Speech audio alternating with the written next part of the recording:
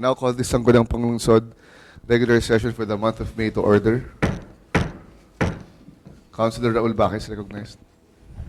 Thank you, Mr. Chair. Mr. Chair, I move to dispense the item 2 and 3 to proceed the important matter to discuss this. There's a motion by Councilor Raul Baquez to dispense item number 2 and 3. Any second?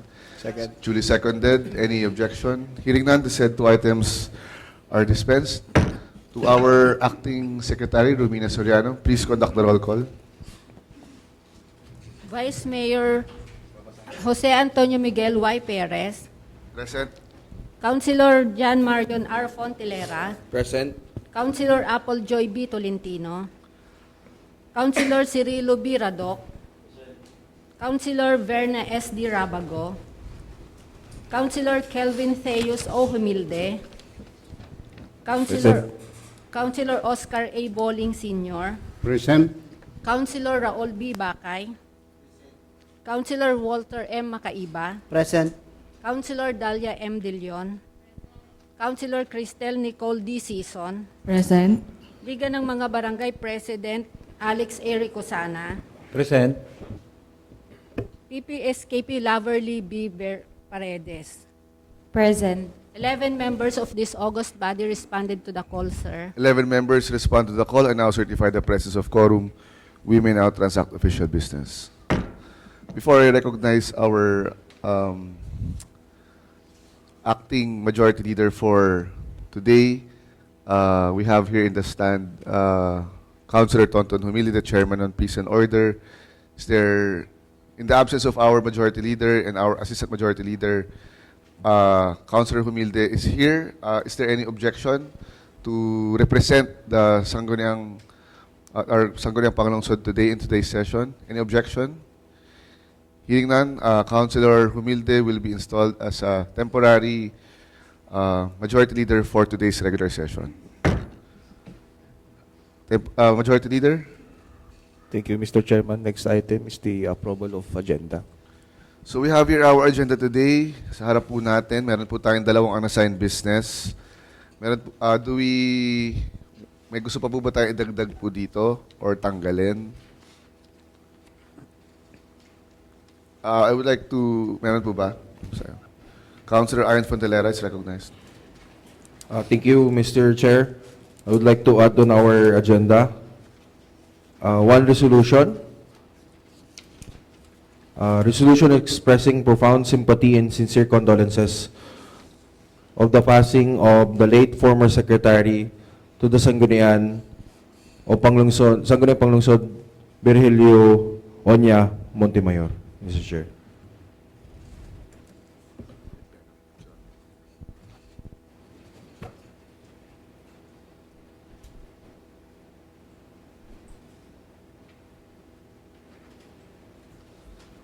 Thank you, Councilor Iron. Please, Madam Secretary, please add that to our agenda. As well as, in behalf of the Sangguniang Panlungsod, we would like to also pass also a resolution expressing profound sympathy and sincere condolences on the passing of the mother of our own Councilor Dalia De Leon. Her name is Mrs. Lilia Pueyo Malquerido.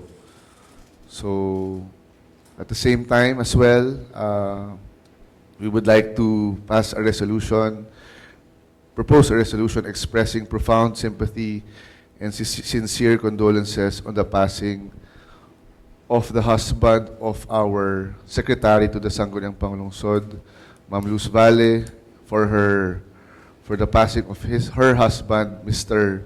Wilming Lisondra Valle. So may we include those three items in the under unassigned business.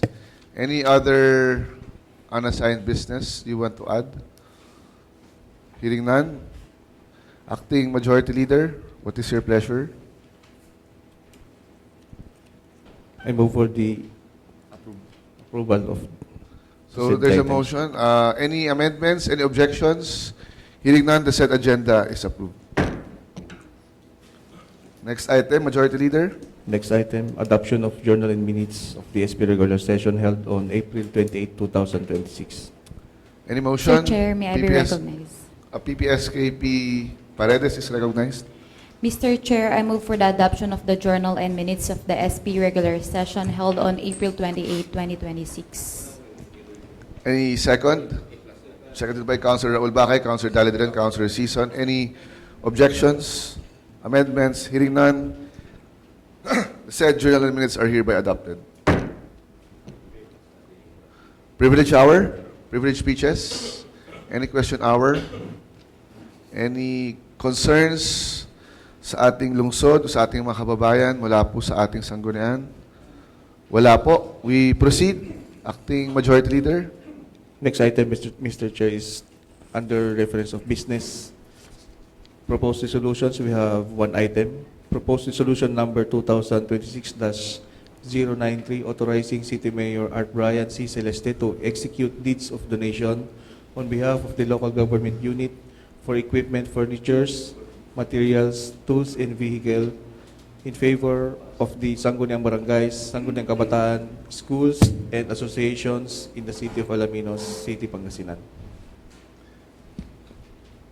Councilor Walter Macayba is recognized. Thank you. May I know if there is any comment or suggestion to this proposed resolution? There being none, Mr. Chair, may I move that this proposed resolution number 2026-093 be approved on first reading and be calendared for second reading. Any second? Duly seconded. Any objections? Hearing none, the said item is calendared for said second reading. Next item.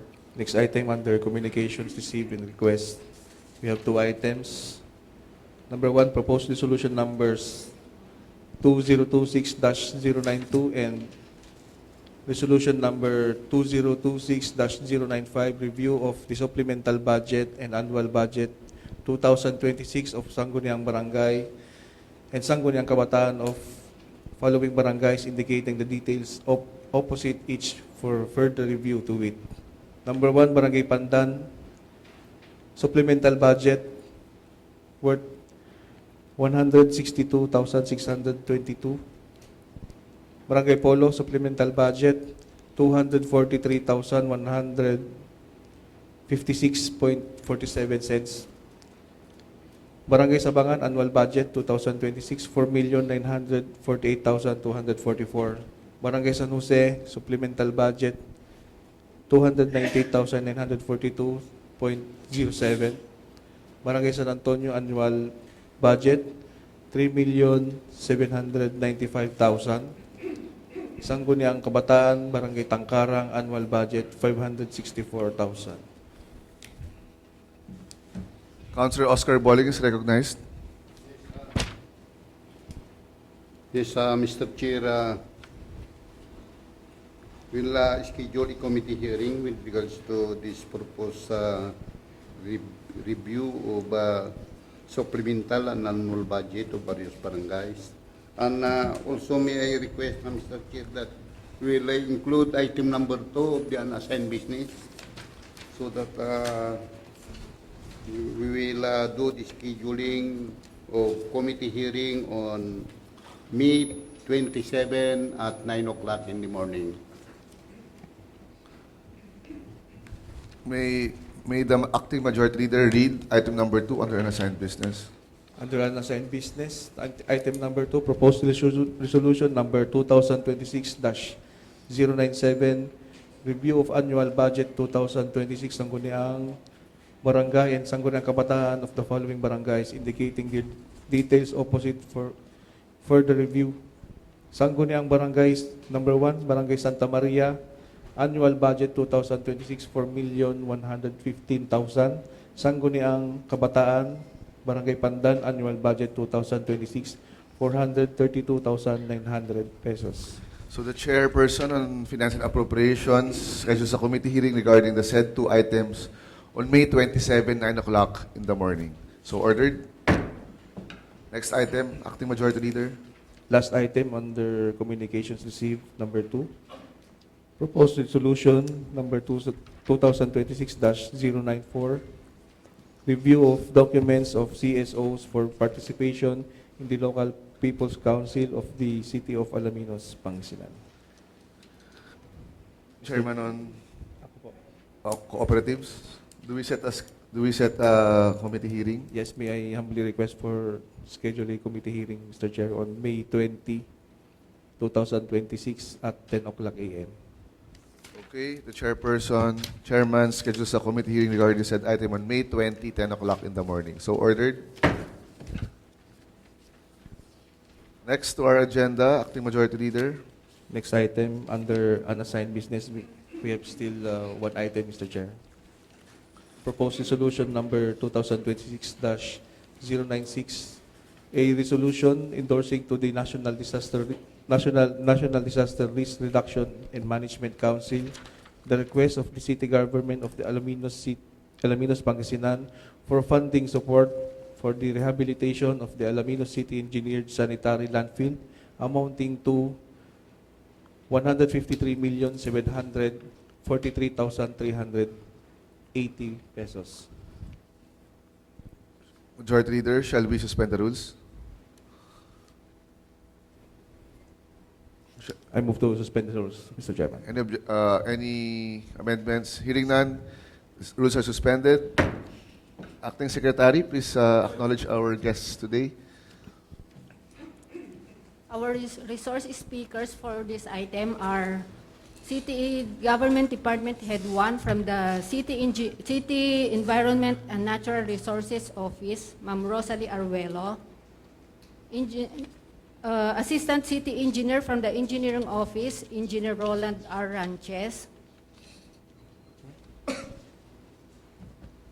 Together with Engineer Gilbert S. Molina, Engineer 3 from the City Environment and Natural Resources Office, Architect Lloyd P. Santos, Supervising Administrative Officer from the City Engineering Office, and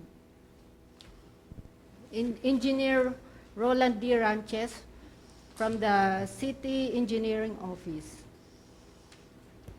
Okay, we would like to welcome our guests from the Engineering Office and our City Senro. Ma'am, you have the floor po, ma'am. Gandang umaga po. Magandang umaga po, Mr. Chair, and to the honorable members of the Sanggunian. So, narito po kami ngayon with the team para po humingi po ng suporta mula po sa Sanggunian para po sa ating request ng support and funding from the National Disaster Risk Reduction Management. Okay po. Para po medyo makapagbigay po kami ng brief background regarding po sa nangyari sa ating sanitary landfill, nais ko lang pong ikwento sa board, sa ating council po na meron po tayong naging fire incident sa area noong April 23. Ang cause po noon ay meron pong katabing lupa at iyon pong may-ari noon ay nag-attempt po siya na maglinis via burning. So malakas po ang hangin during that afternoon and ang direction po is going to our sanitary landfill.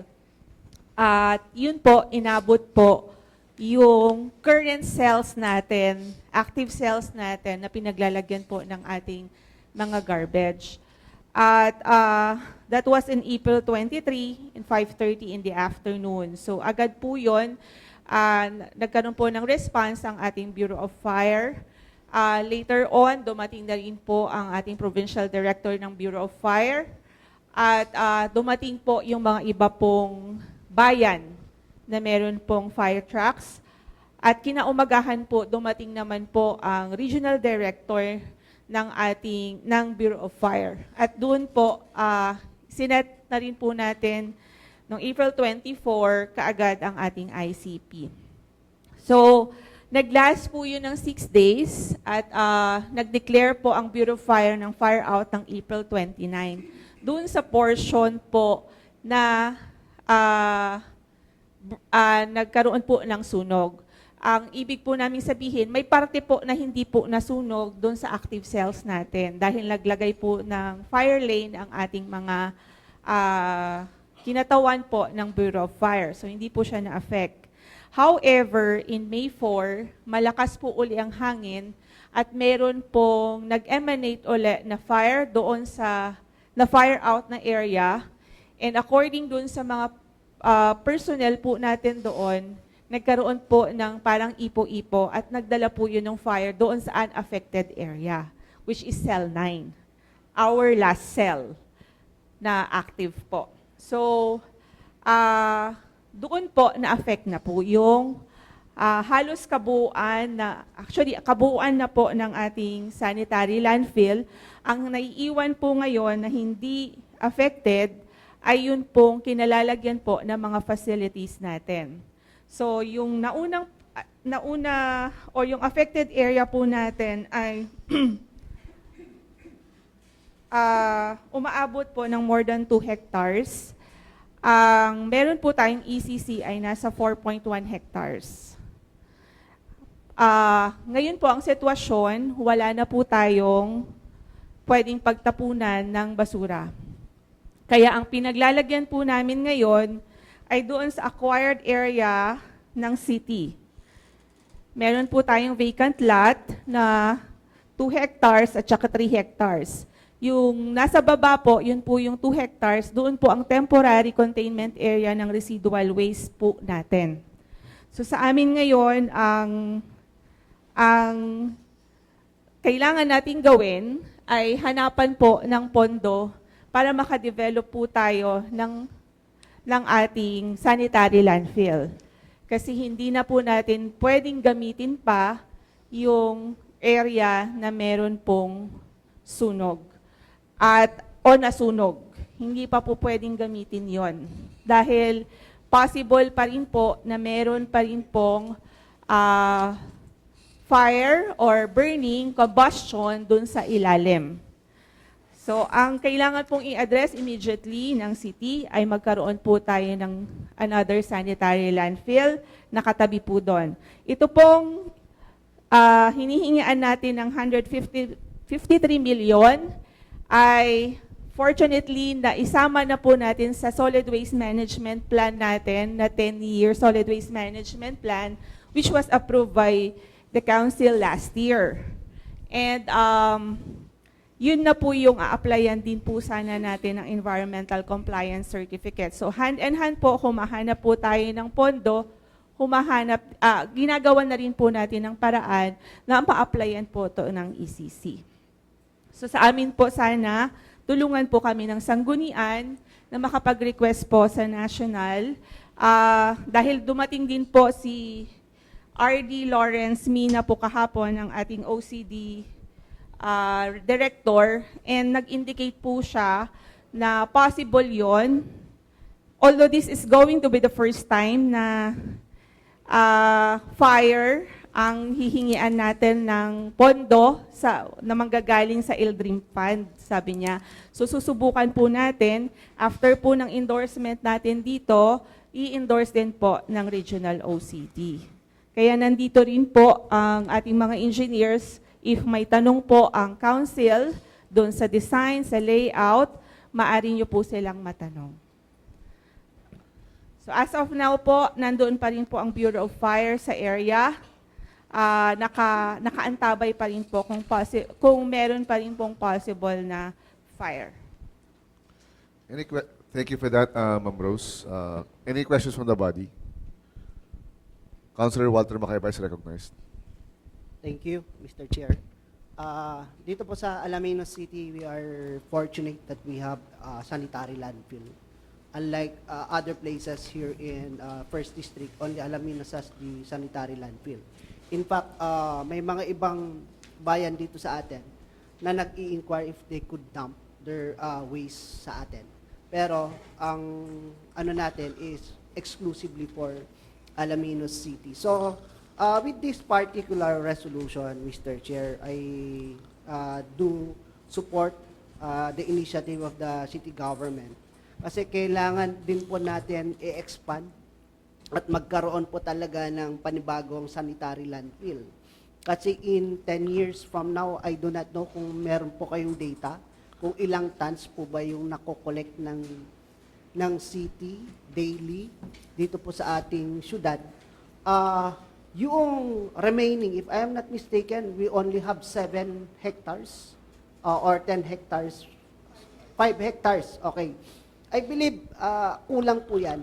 If we look at 10 years from now, we need to have additional space for our waste dito po sa Alaminos City. So with this, Mr. Chair, I do support the initiative of the local government to ask for funding from the OCD. Okay? From the office of the OCD po ba tayo kukuha, ma'am? Okay, so since it's 153 million, Mr. Chair, wala po tayong ganung kalaking pondo to finance that. So for me, Mr. Chair, I have full support. Thank you. Thank you, Councilor Walter Makaiba. Councilor Cirilo Radoc is recognized. Yes, Mr. Chair. Okay lang yan susuportan natin yan. Ang tanong ko, what if hindi na ibigay yung 153 million? Ano ang recourse natin? Anong possible recourse natin na pwedeng pagkuhanan ng pondo? Can Siguro we po, provide the mic dun sa ating engineering office? Good morning po sa ating lahat. Meron po kaming, kung hindi po ma-approvean kagad yan kasi possible na talagang baka next year na yan kung assuming nibibigay yung fund na ma-approvean. Meron po kaming ginawang program of works para po sa 4 cells na gagawin muna initially for 2 years na gagamitin para at least yung containment, yung mga basura doon sa containment area pwedeng ilipat po doon sa magagawang cells. Para hindi po kasi possible po yan tag-ulan na posible po na magkakaroon po tayo ng malaking problema doon sa pinaglalagyan sa ngayon. Yung kung makikita po natin yung pinaglalagyan sa ngayon ng mga basura is pag umulan na po baka mamaya babaha. Aanod po lahat ng basura papunta sa baba. So, yun nga po, hihingi po sana kami ng tulong dito kung may pasa po namin yung program of works at ma-approvean po ni Mayor, ihihingi po natin dito para po ma-addressan po natin yung problema doon sa engineered sanitary landfill. Yun lang po at kasi sabi nga ni Ma'am Rose kanina na hindi pwedeng gamitin yung nasunog ngayon. What if after how many years or next year, hindi ba pwedeng i-rehabilitate ulit yun para at least tanggalin lahat nung nandun, para at least babalik po tayo doon sa original grid line na pinag-anuhan ng sanitary landfill dati para at least magagamit pa, may-utilize pa rin yung area doon sa nasunog sa ngayon. Sa akin lang po, yun lang po suggestion ko. Maraming salamat po. Salamat po, Engineer. Follow-up question, Councilor Cirilo Follow-up Radoc. questions po. Ito, facilities ito. Assuming na wala tayong mapagkuhanan ng pundo immediately. Ito kan lang, opinion lang idea lang. Hindi pa posibleng ipa-contract out ito. Yung, halimbawa, i-manage nila yon sila magpatayo muna. Hindi tayo gagastos. Tapos kukuliktahin tayo amortization yearly or parang bayad nila na magmamanage. Parang tool fee ba? Kasi wala tayong halimbawa, wala tayong pundo ngayon immediately. Kung may private enterprise na mag-i-invest, posible ba yon? Parang ganong style. Pa-contract out natin. Kung posible. Okay. Ma'am Rose? Parang Opo. recourse lang. In case wala tayong makukuha immediately. Pundo. Yes po. Yun pong privatization ng sanitary landfill operation, possible po yun. Nakalagay naman po yung sa 10-year solid waste management plan natin. So, it can be an option for the city government. It's just that kung magbibigay naman po kami ng opinion, we have to be conservative with the operation of the private entities. So, kailangan din po talaga ng strict guidelines for that. If I may cite, one of the areas dito sa Pangasinan, dating public, nag-private, bumalik po sa public. So, bakit? May dahilan po kung bakit. Maaring kailangan po nating pag-isipan mabuti yan together. Pero open po yan. Nilagay natin sa 10-year solid waste management plan. So if ever yun din po ang magiging option ng local government, aligned po siya sa plan. Ano yung naging, ma'am, if you may, ano yung naging main problem, bakit yung private bumalik ng public? Sa fees ba? Mataas yung fees? Or hindi maganda yung services? Parang gano'n? The management itself. Oh. Siguro, that's possible. Depende naman sa usapan na co-management or what. I don't know. Let's explore that lang. Sige. Sir, before Councilor Ayan Fontalera, Sir Engineer, follow-up lang dun sa plano po nating may program of work tayong for sale for 2 years. Mga 35 million po gagastusin natin doon. Tama po ba? 17 po yung 17. Okay. Pag tayo yung gagawa, tayo po gagawa ng 17 million. yes, Your Honor. Okay. Sir, Yes, sir. You have the floor po. ano lang po, suggestion ko lang po doon kay Ma'am Rose kasi sila po nagmamanis ngayon. Para po ma-prevent po natin yung sunog doon, pwede bang magkaroon tayo ng fire break every year kung sana at least ma-addressan natin na kahit mayroong magsunog doon sa kalapit po ng sanitary landfill, pag panahon na ng summer, talagang magpa-fire break na tayo pa at least ma-maintain lang yung ma-prevent lang yung sunog po doon. Sana po, yun lang, suggestion ko lang po yun, ma'am. Okay. Thank you very much, Engineer. Any other... Councilor Ayan Fontalera is recognized. Thank you, Mr. Chair. First of all, thank you, ma'am, and also the PFP for the action needed to the sanitary landfill. Second po, nasabi po ni Engineer, tama po yun na magkaroon po dapat talaga ng fire break. Kasi hindi po natin alam and yung around the sanitary landfill, private owners pa po yun. Hindi po natin sila makokontrol. But then, we have a Clean Air Act na national law na bawal magsunog. Ano po bang naging action po natin naman dun sa nag-cause? Kung naglinis siya, sana meron din tayong naging action dun sa taong nag-try na maglinis using fire. Kasi talagang bawal naman talaga na magsunog. Even the barangays, barangay council, hindi na sila nagpo-prohibit na sila ng magsunog ng cleaning. And sana yung pag-maintain din ng, andun naman ata po yung bulldozers natin na nagpo-push ng mga garbage and might as well use it as the equipment for the sanitary fire break naman. Talagang kailangan natin yun kasi walang atang bakod po yung sanitary landfill po natin, di ba?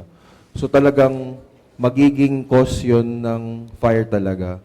And dito po sa resolution, I'm supporting this also, but the establishment of road network ba sa city engineering, it will be the fire break na po ba yun? So within the vicinity lang po. Might as well siguro mag-propose or add dito sa magiging project summary ng rehabilitation ng sanitary landfill for the fire break. Kasi yun yung magiging protection po ng sanitary landfill. Nakita na natin yung problema, might as well we have do the prevention also. That's all, Mr. Chair. Thank you. Thank you. Any other questions? So this Councilor Raul Bacay is recognized. Thank you, Last Mr. question. Chair. Thank you, Mr. Chair. Ma'am Rose, maganda itong gagawin natin, proposal. Kung ma-approve nito, maganda kasi alam naman natin ang Alaminos City ay nagbo-boom. Dumadami yung tao, dumadami yung pupunta dito. Mabigyan niyo kami kapag, Ma'am Rose, yung how many percentage pag naipasa natin ito na ma-approve ito, Ma'am Rose? Na mapupuntuan. Wala ba kayong idea na mabigyan po kami ng ini percentage na sana ma-approvean ito? Sir, hindi ko maibibigay. Wala din po ako sa estado na magbigay. Pero kung sasabihin ko po uli yung quote na sinabi ni OCD Director kahapon na susubukan po natin. Dahil this is the first time na fire po ang paggagamitan ng LDREAM Fund? Wala ba tayo ng another source of re-requisition kung sakali para siguro mas maraming ipagre-requisition, mas maraming tayong pundo na alimbawa, kaya sabi nga ni Engineer Kamba, mas maraming pain, mas maraming Huli. mabibingwit, mahuli. Yun lang po. Thank you, Mr. Chair.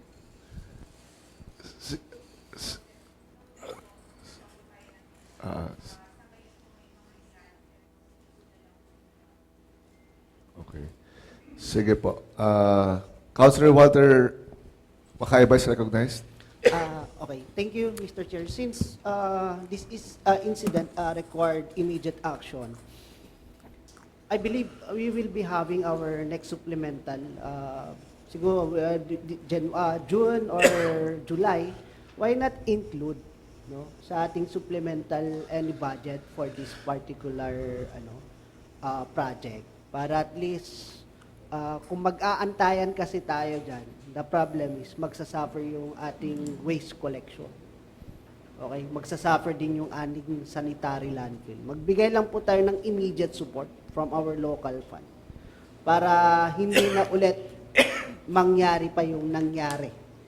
So, yun po yung aking suggestion, Mr. Chair. Siguro, if our Finance Committee will consider, siguro, priority po nila itong project for our sanitary landfill. Yun lang, Mr. Chair. Thank you. Okay. Thank you. Councilor Ayan Fadeleres recognized. For the last time, Mr. Chair. Ma'am Rose, baka pwede tayo mag-craft ng ordinance na banning ng 50 meters radius na bawal talaga sunog within the sanitary landfill. And siguro pwede tayo mag-establish din ng mga security by corners sa loob ng sanitary landfill para mas lalo nating paigtingin yung security para maiwasan yung sunog. Kung pwede nating upuan, magawa ng ordinansa para sa banning of fire within the area. Thank you, Mr. Chair. Remy, yung mic. So yung burning talaga. Siguro ang pwede mong pagbawal or i-regulate doon yung mga bahay. Yung pagsunog, bawal talaga. Pero yung parang external people or mga hindi nagtatrabaho doon, lagyan mo ng area, bawal tumira malapit sa parang ganun. Siguro ang possibility mga pwedeng action in fast forward, moving forward. Oo. Parang kunyari, yung mga sa scrap, di ba? Pwede ka mag-scrap, pero dapat ito yung layo mo sa landfill, parang gano'n. Oo. Any other questions? Councilor Oscar Bolling is recognized? Ganado tayo. Mr. Chair, suggestion ko diyan, ang aking personal observation doon, dahil yan araw-araw kong nadadaanan. Opo. Ang nakikita kong isang kulang natin, yung equipment, yung ating existing equipment ngayon, parang hindi sapat na mag-solve ng mga problema doon, yung mag-inject ng solusyon. Kaya kailangan natin ang mga equipment. Kung in case na kulang tayo sa finances, mag-isip tayo ng source na pwede natin pagkuhanan ng equipment na gamitin natin. Tama. Yun ang aking masasabi ng Okay. Thank you, Engineer Bolling. So, those are our suggestions, Ma'am Rose. Any other? Last? Any other? Ma'am, actually, I have a lot of questions, pero next time na lang. Kasi I'm sure your hands are very full. Medyo nasabi naman nila yung mga importante. So, those are the suggestions of the Sanggunian. We are in support. And of course, we will help with this. Siguro if we have other details to ask or you need more help, we will just schedule a committee hearing or a separate occasion for this. Kasi I know na naka-high alert kayo, so we will just ask the important ones. So, any last comments? Or from the engineering, any suggestions or added information na gusto niyo pong sabihin? Yes?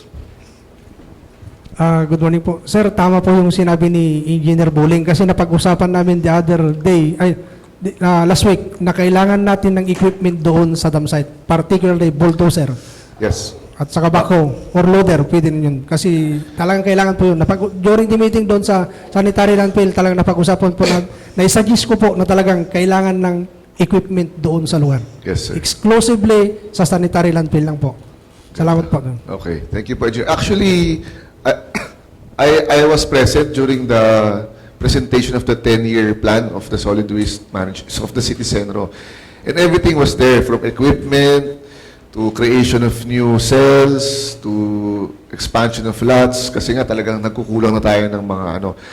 May plano po sila, pero talagang malaki po yung funding na kakailanganin. So siguro, itong nangyaring ito is a wake-up call na ma-prioritize natin itong problemang ito. So ma'am, baka mapondohan na yung mga proposal ninyo. So rest assured, kanina we have a handful of councilors who would like to support that. So pag-aralan po namin yan para at least ma-include po namin sa ma-prioritize doon po sa ating supplemental budget. So with that, thank you very much, Ma'am Rose, Engineer Camba, and the rest of the LGU staff from the Executive Department, Sir, Engineering and City Center. Salamat po sa inyong pagdating. So we will now, we will now lift the suspension of our internal rules. Thank you, thank you. Thank you po. Sino ang Vice? Kayo po ba ang Vice ni Councilor Berna?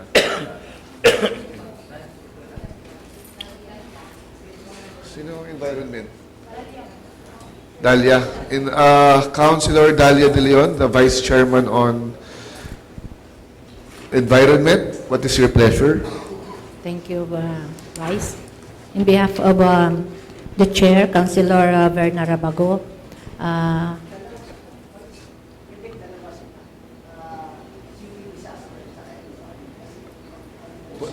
Pwede. Ano ba? Office of Civil Defense? Okay. Dalawa sila, okay. so I move to elevate this proposed measure on a second reading. There is a motion. Any second? Duly seconded. Any objections? Hearing none, the said item is calendared for second reading. With regard to item number 2 a while ago, under communications received regarding the People's Council, the review of the documents with the People's Council, I was informed by the Secretariat that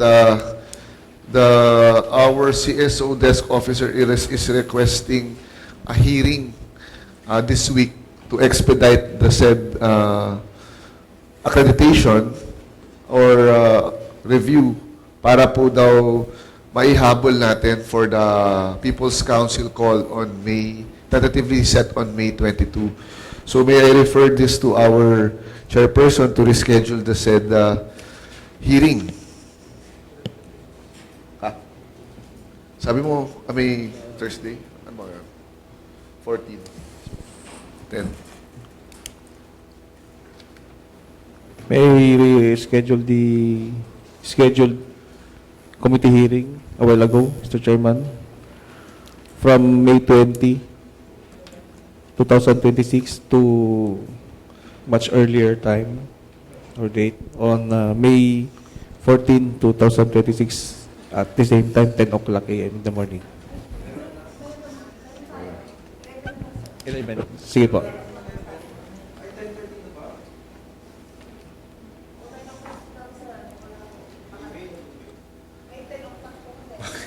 Po, ma'am. 11 a.m. Marami ba yun? Yun ba yung lahat?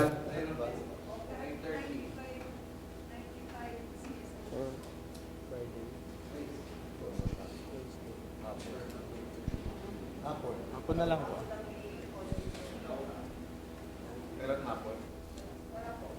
Okay na po. Launa lang po.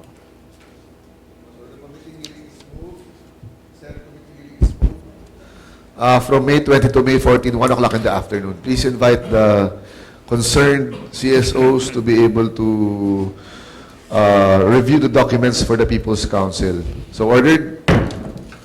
Next item. Under unassigned,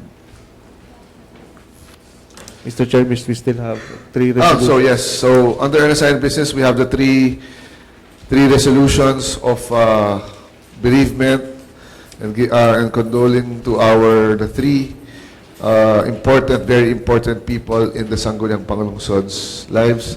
Majority Leader, shall we include in the business of the day? Yes, Mr. Chairman.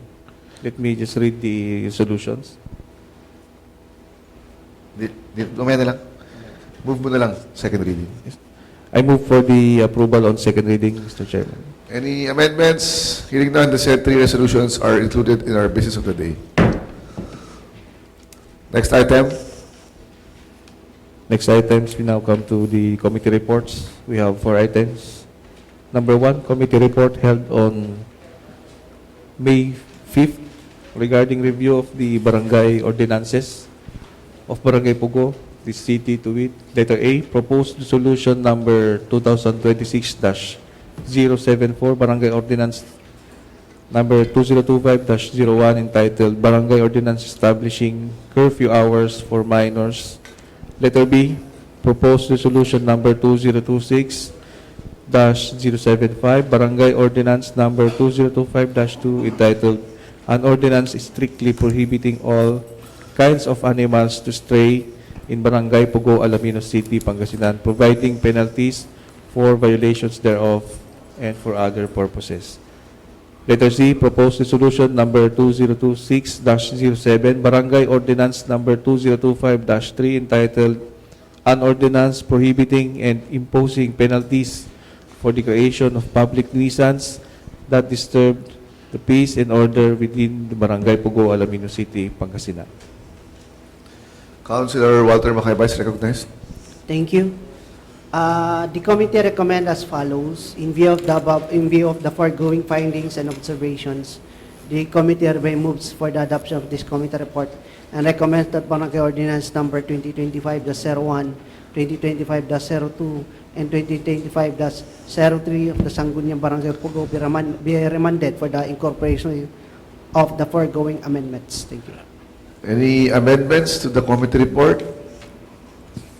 There being none, the said committee report is hereby adopted and the said items be remanded to the said to Barangay Pugo for them to incorporate the foregoing amendments for revisions. So ordered.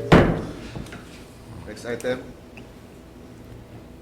Next item, committee report held on I believe item number 2 and 3 were cancelled. Yes, yes, sir. So, Councilor Raul Bakay, what is your pleasure regarding item number 2? Mr. Chair, reschedule the committee hearing. May 13, 10 a.m. 13? Opo. So, meron na. 10 a.m. Meron daw. 10-11 meron na. 1. Yung? Para sa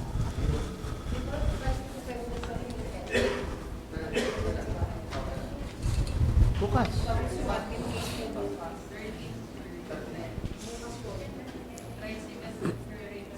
Ay, bukas na pala to. Bukas. Ano? Hapon? Morning yan. Kailangan natin 24 hours before. Bukas. Pwede ba tayo? Pwede. 9 a.m. Sino bang imbitado? Kasi kailangan mag 24 hours before pag public ba? Hindi naman. Committee hearing. Committee lang yung committee. kumbaga executive tsaka tayo lang. Executive set. Okay. If there will be no objections that we set it at 9 a.m. since it is considered urgent. So, Councilor Raul Bakay, the Chairman of Transportation, scheduled sa committee hearing regarding the said local public transport route plan tomorrow, May 13, 9 o'clock in the morning. Please invite our transport representatives from the executive department and the said departments that the councilor would wish to attend. So ordered. Regarding item number 3, the 3 ordinances of Barangay Maawi, Councilor Walter Macayba is recognized. Thank you. May I move that a committee hearing be scheduled on June 9, 2026 at 1 p.m. Councilor Walter schedules the committee hearing regarding the said 3 ordinances of Barangay Maawi on June 9, 1 o'clock in the afternoon. So ordered. Next item, acting majority leader is recognized. Next item, last item under committee reports. Committee report on the hearing held on May 11th regarding proposed ordinance number 016-2026 entitled An Ordinance Granting Temporary Fee and Rental Relief Measures to Certain Vendors under the Management of the LGU Alaminos City for 3 months in response to the rising costs due to the global emergency crisis. Councilor Dalia De Leon is recognized. So may I just read the recommendation? In view of the above stated findings, the committee hereby recommends the adoption of this committee report and to elevate the proposed measure to the business of the day for second reading. And the title is also hereby amended to read an ordinance granting incentives to certain vendors under management of the LGU Alaminos City for 3 months in response to rising costs due to the global energy crisis. Any amendments to the committee report is hereby adopted and the said item be calendared for second reading in today's session. Next item. Chairman, we now proceed to the second reading. So under second reading, we have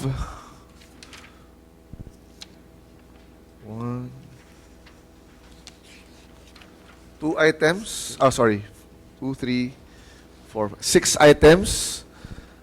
The donation of equipment, the said ordinance. Oh, sorry. No, not that. So the donation of the items, 1. Number 2, the endorsement to the Disaster Risk Reduction Management Council. 2nd, and then the 3 bereavement resolutions. What is your pleasure, acting majority leader? Mr. Chairman, I move for the approval of second reading of the said items and elevate the same for third reading. Any second? Duly seconded. Any objections? Hearing none, the said 5 items are approved under second reading and calendared for third and final reading. Next item, the only item that was left. Yan, ito yung yung ordinance. For the said ordinance, item number 4, the ordinance granting temporary fee rental relief, Councilor Dalia De Leon, you are recognized. Shall we under for third reading, final reading in our next regular session? Yes, Mr. Chair, may I move for the approval on second reading and calendar the same for third reading on our next regular session. Any duly seconded, Councilor by Councilor Season, objections, amendments? Hearing none, the said ordinance is calendared for third and final reading in our next regular session. Next item. Next item, Mr. Chairman, we now proceed to the third reading. Third and final reading, Acting Secretary. Third and final reading, the first item, resolution authorizing City Mayor Arth Brian C. Celeste to execute deeds of donation on behalf of the local government unit for equipment, furniture, materials, tools, and vehicle in favor of the Sangguniang Barangays, Sangguniang Kabataan, schools, and associations in the city of Alaminos, Pangasinan. Councilor Walter Macayba. For the adoption and enactment of this resolution. Any second? Seconded by Councilor Dalia De Leon. Councilor Olbakay, any objections? Amendments? Hearing none, the said resolution is hereby adopted. Next item. endorsing to the National Disaster Reduction Management Council the request of the city government of the City of Alaminos, Pangasinan for funding support for the rehabilitation of the island amounting to 143,380 pesos. Councilor Dalia De Leon, Vice Chair on Environment. Shall we adopt the said resolution?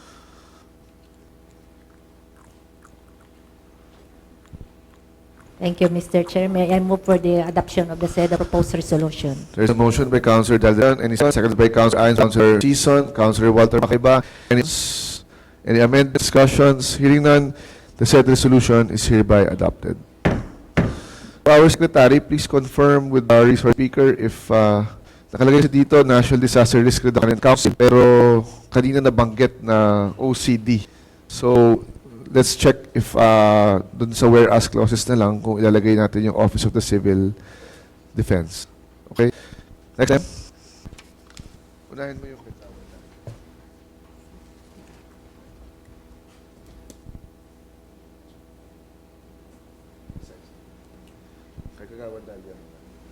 Resolution expressing profound sympathy and condolences of the passing of the MD Mrs. Lilia Pueyo Malquerido.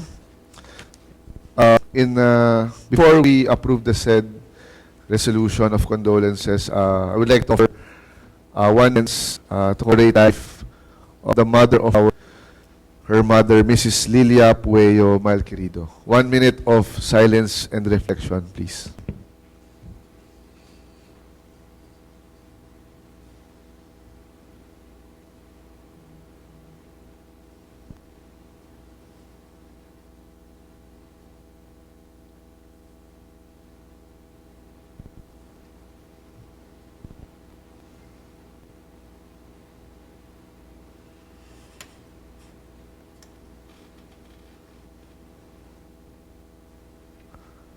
She lived a full life. Her full name is Mrs. Lilia Pueyo Malquerido, 93 years old, born on January 29, 1933. Joined our Creator on March 18, 2026, a native of Iloilo. She is Ilongga, married to Santos C. Malquerido with 12 children. Councilor De Leon is the 8th child. So she lived a full life in behalf of the Sangguniang Panlungsod, Mayor Brian, Councilor Dalia. Kami po ay nakikiramay at nagay-pubay buhay ng inyong ina at po niyo. Vice, bago po po sa inyong lahat, sa pagkilala at pakikiramay po sa aming pamilya. Alam kong kasi malayo, pero ram ko po ang inyong appreciated prayers. So, ayun, maraming salamat sa August Body, sa LG Legislative Family, and Okay po. So, Councilor, any motion? Acting Majority Leader, shall we adopt the said resolution? For the additional measure. Any second? The motion is seconded. Any amendments? Hearing none, the resolution is hereby adopted. Acting Secretary, you are recognized. Resolution expressing profound sympathy and sincere condolence on the passing of the late former Secretary to the Sangguniang Panlungsod, Virgilio Pwedeng yung kay Ma'am Luz muna. Resolution expressing profound sympathy and sincere condolences on the passing of the husband of Ma'am Luz B. Valle, Welming Sondra. So maybe again offers for the and the family of our very own Ma'am Luz Valle.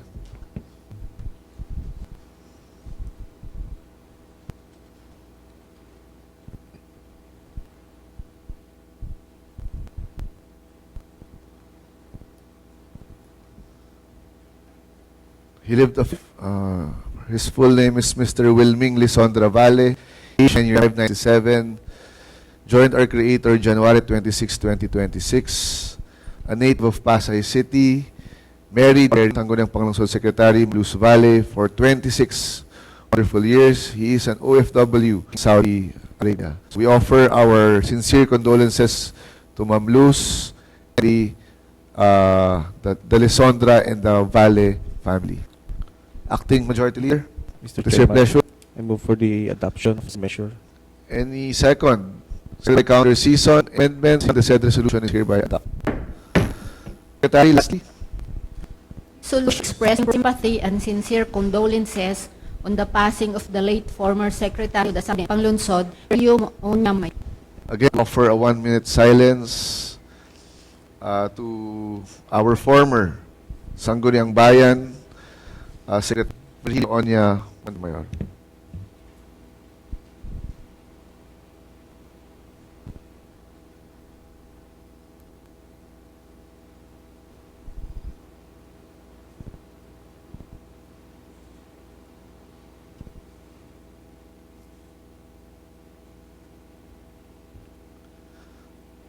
So Mr. Virgilio Onya Montemayor